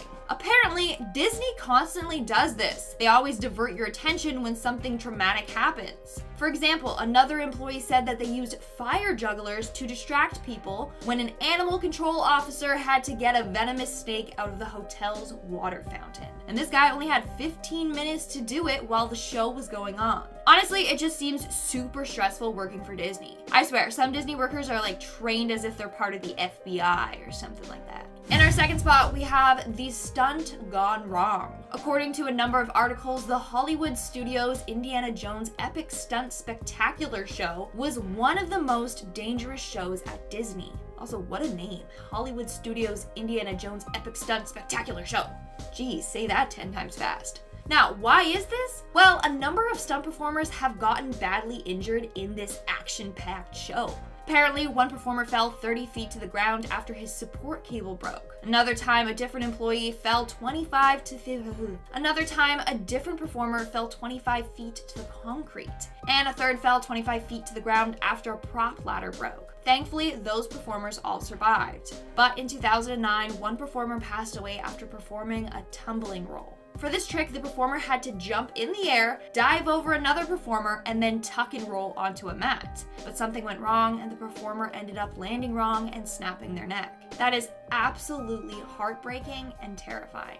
And in our number 1 spot today, we have the Haunted Dolls. I think that the scariest ride in Disney would have to be It's a Small World. Like, take a look at those terrifying dolls. And apparently, they're haunted, okay? According to a number of Disney employees, they have seen the dolls in the ride change positions, disappear, or even move when the ride is off. Some even say that their hair appears to grow on its own, as if they're alive. In fact, every couple of months, Disney's cosmetology team goes in and cuts the doll's hair because they grow. But they say it's just the humidity combined with gravity and then that causes the hair to stretch. Either way, it's freaking creepy. According to one employee, they arrived for their morning shift only to find that a couple of dolls switched places during the night and some vanished without a trace. So listen here, Annabelle, okay? Leave those damn dolls alone. Don't touch Disney. Starting off this countdown, we have The Boy in the Haunted Mansion.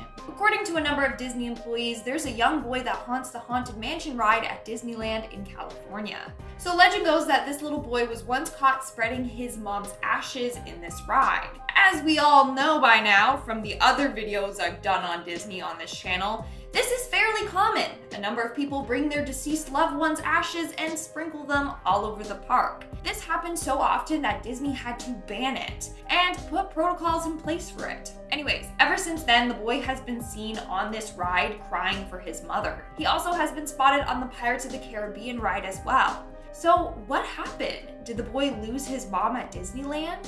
Who knows? But I think it's pretty freaky. Coming in at number 9, we have the Boy in the Haunted Mansion ride ×2.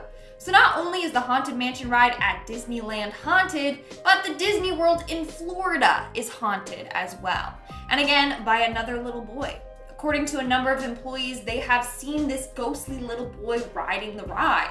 In fact, they caught him on camera. So a worker there was taking photos of the ride for the Walt Disney World virtual visit. Upon reviewing the photos, she saw a ghostly little child peeking its head out. Keep in mind, there were no children around when this photo was taken.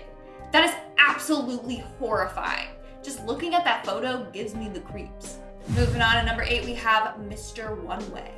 Mr. One Way is the name given to the ghost that haunts the Space Mountain ride at Disneyland, California. Mr. One Way is apparently this tall, lumberjack-looking ghost with red hair and a red face.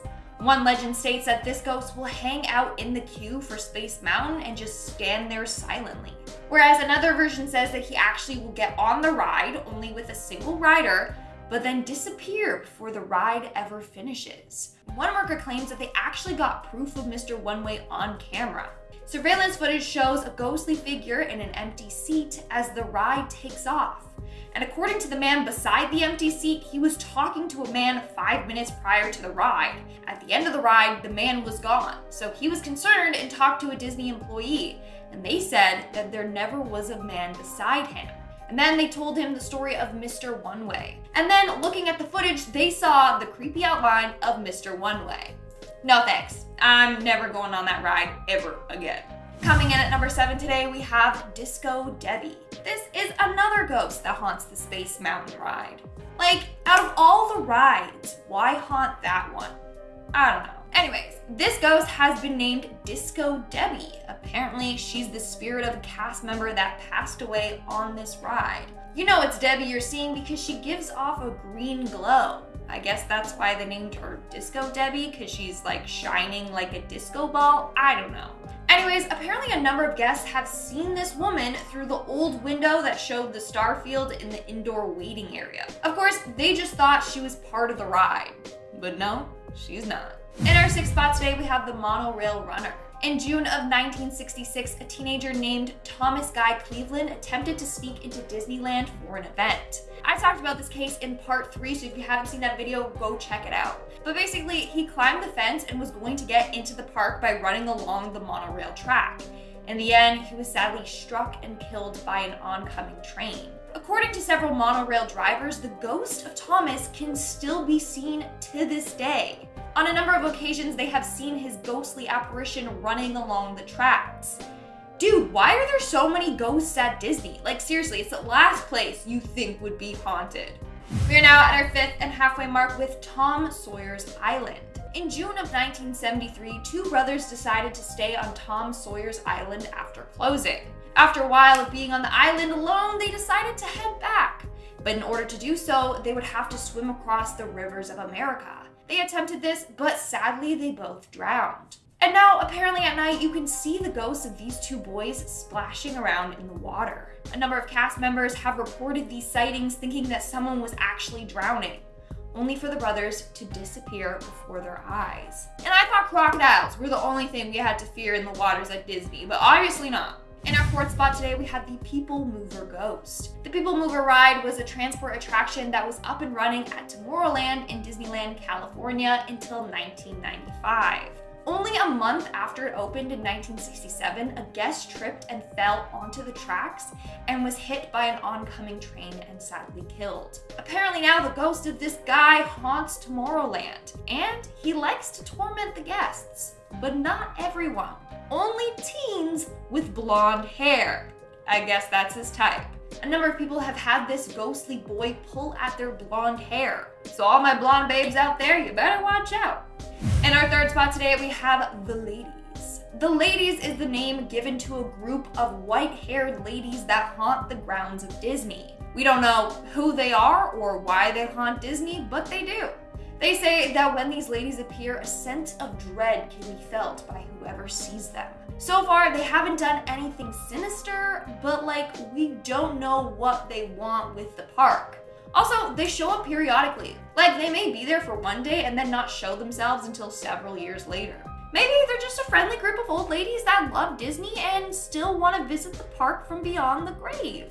Let's hope it's that, and that they're not seeking revenge on Disney and the park goers. Hey, maybe they're Walt Disney's friends and they just meet up with him every year for a cup of tea. Who knows? In our second spot today, we have the Woman in White. The Woman in White is the name given to a lady often wearing a 19th century white gown. She apparently haunts Main Street at Disneyland. But we for sure know that this lady is a nice ghost. Legend goes that on a number of occasions she has guided lost children to the Disneyland Baby Care Center, where they were then reunited with their parents. Reunited and it feels so good. Sorry. So if you do happen to run into this ghost, don't worry. Apparently she's nice. And in our number one spot today, we have the Heart Attack. Did you know that the Haunted Mansion ride used to be so scary that it gave someone a heart attack? According to a number of Disney workers, they have heard this creepy legend surrounding the Haunted Mansion ride. Legend goes that before the ride was open to the public, they had some people go on the ride and test it out. Well, one woman was so scared that she had a heart attack and died while on the ride. As a result, the ride went under construction for several more years before finally opening in 1969. So apart from the fake ghosts that the ride has, there are also a number of real ghosts that haunt this ride, like this poor woman. Starting off this countdown, we have Animal Kingdom. Disney's Animal Kingdom is said to be the largest theme park in the world, covering 580 acres. There you can find an abundance of cute animals. But here's the thing, the park once got in a lot of trouble when it first opened in 1998 because they experienced a wave of animal deaths. In a short time frame, a bunch of the park animals were dropping dead. Now, Disney claimed it was only 12 animals, but in reality, it was closer to 30. This included rhinos, hippos, antelope, gazelles, and cheetah cubs. Now, you're probably wondering, how come these animals passed away? Well, mainly neglect on Disney's behalf. Other animals died after fighting each other, and others ingested toxic substances. Let's just hope that now Disney treats the animals better. Moving on to number 9, we have Thunder Mountain. In 2003, something really freaking dark happened on the Big Thunder Mountain Railroad roller coaster at Disneyland. Say that 5 times fast. Railroad roller coaster. During this ride, one of the wheels fell off and the ride crashed. As a result, it took the life of a man named Marcelo Torres, and it injured 10 other guests. And guess what? After the California Division of Occupational Safety and Health investigated this accident, they found that the mechanic and ride operators were at fault. This incident was a result of budget cuts at the park. The wheel needed fixing before, and the mechanic did cheap work on the roller coaster. And apparently, a half an hour before the incident occurred, the ride operators heard a weird noise coming from the ride, but ignored it. In the end, the Torres family sued Disney and they won the battle. Imagine that though, Disney trying to cut corners on their rides. That doesn't make me feel safe at all. In our 8th spot today, we have the Initiation. Believe it or not, but Disney is known to have some pretty terrifying hazing and initiation rituals for new staff members. But the initiation is not what you think. The staff are mentally and physically tortured. For starters, they go through this intense training process in which they learn all the do's and don'ts of being an employee, like learning scripts word for word without adding words or substitutes or you can't do any of that. Trust me, it's worse than you think. On top of that, they are then forced to smile all the time, and they will get in trouble if caught not smiling. And of course, during this week or so of hell, you got other employees pulling pranks, making you wish you never applied for this job in the first place. Moving on, at number 7, we have the Ghost of Epcot. As you probably have noticed by now from the other parts in this series, Disney is incredibly haunted. Like, there are hundreds of ghosts that haunt the parks. For this one, let's talk about the little girl and boy that haunt Spaceship Earth at Epcot. A number of people have seen a small girl with long blonde hair riding in one of the cars. They've also seen a boy run in front of them only to vanish into thin air. Pretty creepy, am I right? In our 6th spot today, we have California Screamin' Attraction. Way too many accidents have happened on Disney rides. It's actually pretty scary and makes me never want to go on roller coasters ever again. Now, let's take a look at the California Screaming ride, which is at Disney's California Adventure. Some of you probably know it by the new name Incredicoaster, because they renamed it to that for some reason. Anyways, there was one pretty creepy incident on this ride where it malfunctioned and a train ended up smashing into another. As a result, 15 guests were sent to the hospital. Like, imagine that, you're at Disney chilling, trying to have a good time, and next thing you know it, you're in the hospital. It's horrifying. We're now at our 5th and halfway mark with the Mickey and Friends parking structure. In 2012, a young man's body was found at Disneyland's Mickey and Friends parking structure.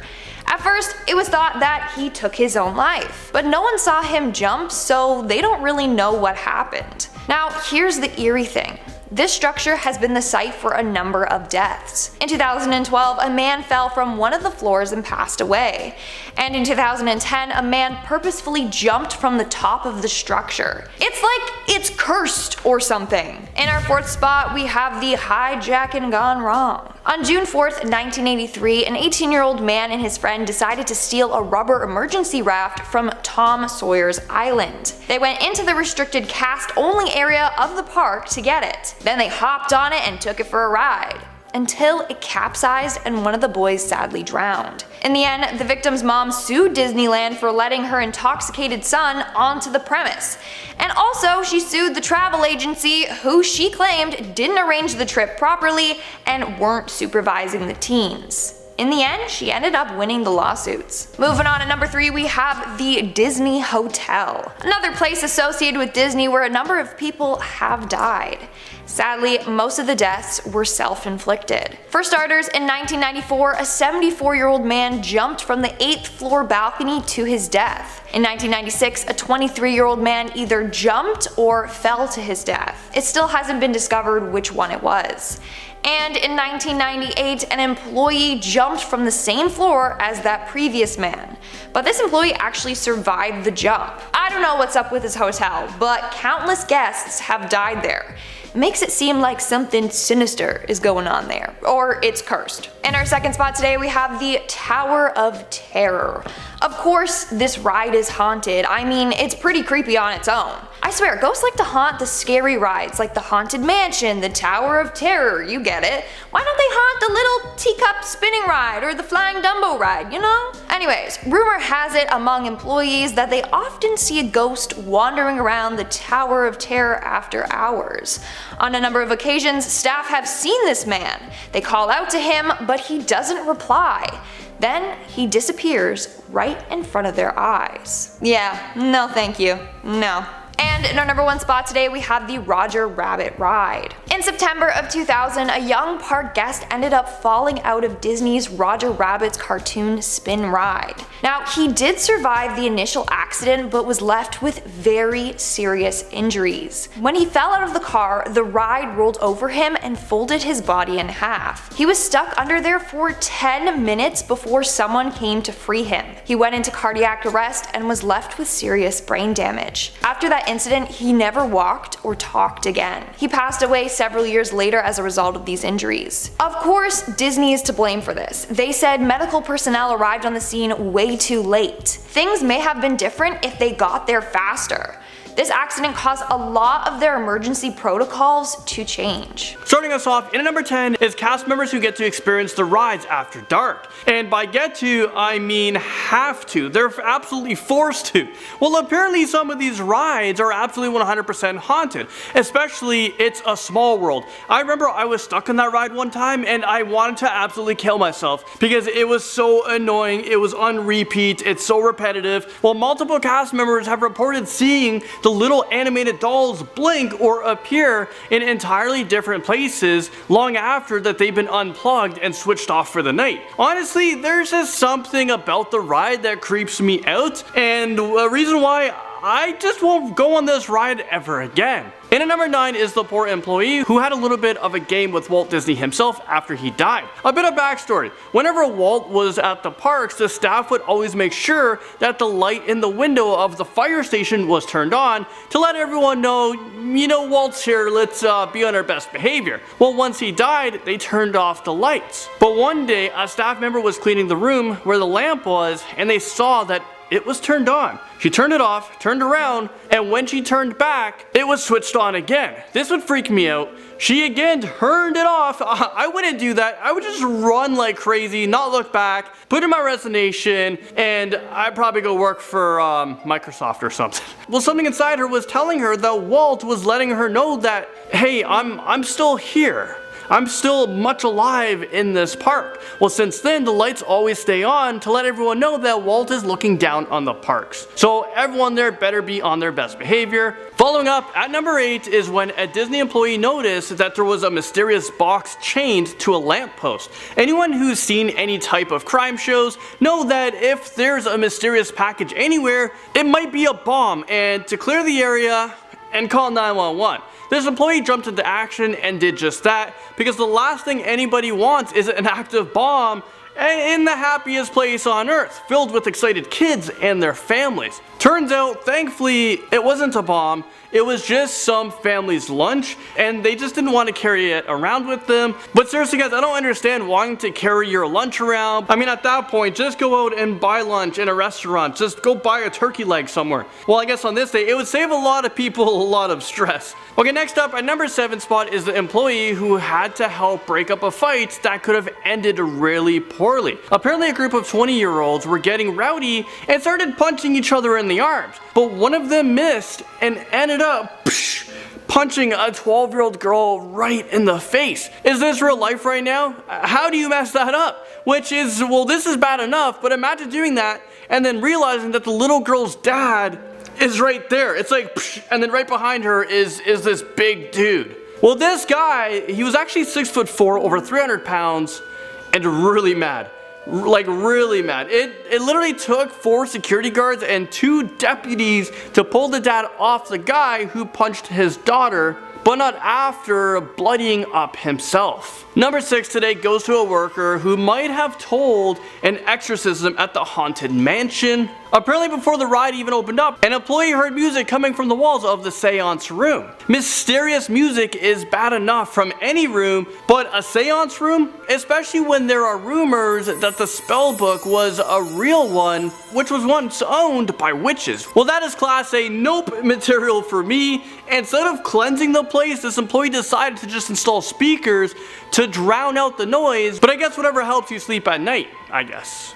Halfway through, and at number 5 is a staff member who discovered the body of a man who had died in his hotel room. I guess cleaning staff must have found him, but it was apparent that he had taken his own life. The room's windows and entrance were covered by those "Pardon our dust" signs. I've never seen that kind of sign before, like, pardon, we didn't clean this place, don't mind it. And there was an important meet and greet to distract people from the room as police arrived on the scene. No matter what I encountered in my life, I feel like finding someone else's body would probably be the scariest thing to happen. And at number 4 is the employee who had to stop a situation that could have ended a lot worse than it did. This group of drunk people were on the Dumbo ride with their infant when they decided that it would be a good idea to reenact The Lion King. Yeah, you guys know where I'm going with this one. You guys know what I'm talking about. Well, they took off the seatbelt of the kid, and they held their hands like Rafiki did to Simba during the Circle of Life. Well, the ride operator emergency stopped the ride, and the entire group was escorted out of the park and arrested as soon as they stepped out of the gates. So, did they have to wait until they were completely out of the park to be arrested? Because I would try to resist and never leave, like, I would never try to cross that line of, like, Disney, exit, Disney, exit. Next up, number 3 is an employee who had to deal with a watery attack. Well, during a jungle cruise, everything was going pretty well until suddenly one lady entirely lost her cool at the guy sitting in front of her. Mind you, he hadn't done anything other than enjoy his ride because he's in the happiest place on earth. Well, she started to scream at him and then lunged at him, clawing his face and kicking him. The skipper on board had to fire 4 rounds from his pistol into the air to warn other boats, rushed back to the dock, and tried to pull the lady off of the guy. Well, apparently half the people on board were trying to help as well. When medical and security arrived, they finally got her secured and into an ambulance. Turns out she was schizophrenic and hadn't taken her medication that day, and unfortunately had an episode in the middle of the water. It's always sad when somebody has a mental illness that affects them like that, like you're trying to enjoy your ride and all of a sudden you're having panic attacks, you're freaking out. But I can't even imagine how scary that would have been for staff and customers as well, who may not be experienced with understanding what that person is going through. Number 2 today goes to an employee who had to deal with the aftermath of something truly disgusting. Apparently in line at one of the rides, a fully grown man decided to take a poop in the corner of the pre-show, which is pretty damn disgusting, especially when you remember that Disney is filled with kids, and kids are curious, and they like to satisfy their curiosity by finding things and putting it in their mouth. Yeah, so one kid actually saw the poop and decided it was snack time. The mom rushed the kid to the staff washroom in a panic where the employees were just staring in shock. If I was the employee in that situation, I wouldn't do anything at all because I would just be in total shock. My mouth would just be like, is this real life right now? Did that guy really take a And finally, in a number 1 spot is a cast member who met their tragic end at one of the shows back in 1974. 18-year-old Deborah Gale Stone was working at the American Sings attraction at Disneyland at the end of the night. She got too close to the area of the stage by a moving wall and a stationary wall. And as the one wall moved, she got trapped between the two and ended up being crushed. Nobody was in the theater with her, but the ride operator next door heard her screams and rushed to help. But unfortunately, they were too late. Eventually the solid walls were replaced with, breakable ones to prevent a tragedy like this, one to prevent someone getting squished.